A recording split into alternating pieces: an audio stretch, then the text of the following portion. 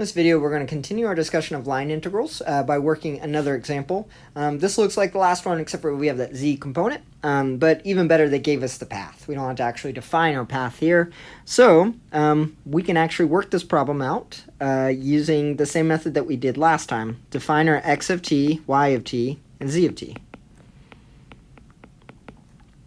Right? Luckily, they did that for us already. X of t is e of t, y of t is e to the negative t, and z of t is 2e to the 2d. Right? We need a dx if we're going to replace. Okay, dx is equal to et dy. Dy is equal to negative e, negative t, dt. That should be a t above here. Don't know why I put a y. I don't even know where y came from. dt. dz, right, is equal to, if I follow that chain rule, it's 4e to the 2t dt. Right.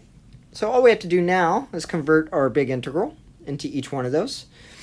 So that integral is equal to t equals 0 to t equals 1. That's what they defined it as. And I'm going to replace everything. Okay, we get e to the t plus e to the negative t. dx is e to the t dt. Minus, okay, x is e to the t, times y, which is e to the negative t, times dy, which is negative e to the negative t dt.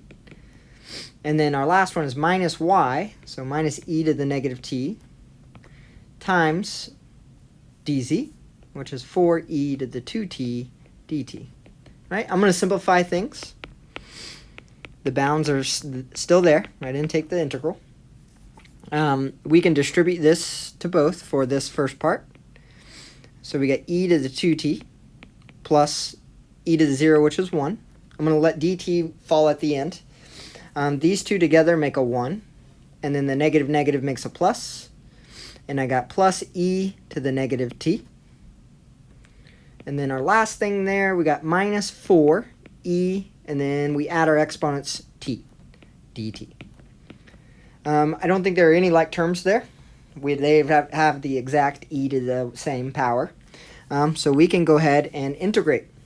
I like to use like a backwards thinking here, meaning like, okay, I have e to the 2t. If I take the derivative, I'm going to get a 2. I need to cancel that with a half. 1 becomes a t. Same thing here. I got to have a negative there to cancel out. I don't like the plus negative stuff. I'm going to go ahead and make it a minus. And then the last thing here, this is nice and easy. Integral of e to the t is e to the t. The negative 4 could have been pulled out. Then we got to be very careful here, right? That plugging in zeros doesn't necessarily mean 0.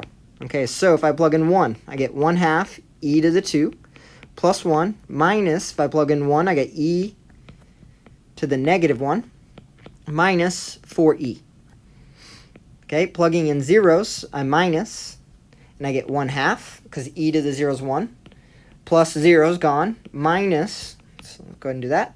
E to the 0 is 1, and then minus 4. If you do all this, just putting things together, we get 1/2. Simplifying, I guess, combining like terms, which is just the constants. Minus 4e plus 11 over 2 minus e to the negative 1 is our final answer there. That's a great answer. You could plug it in a calculator and get a decimal. That's exact, though, so we like this. All right, so line integrals, not too bad. I think my part I dislike the most is when I have multiple paths and I got to do it multiple times. I get lost in the calculations sometimes. So just be very slow when you're doing your calculations. Setup is everything with this stuff. A lot of my assessment will be set up, a few calculations, kind of a mixed bag of both, but probably primarily setups.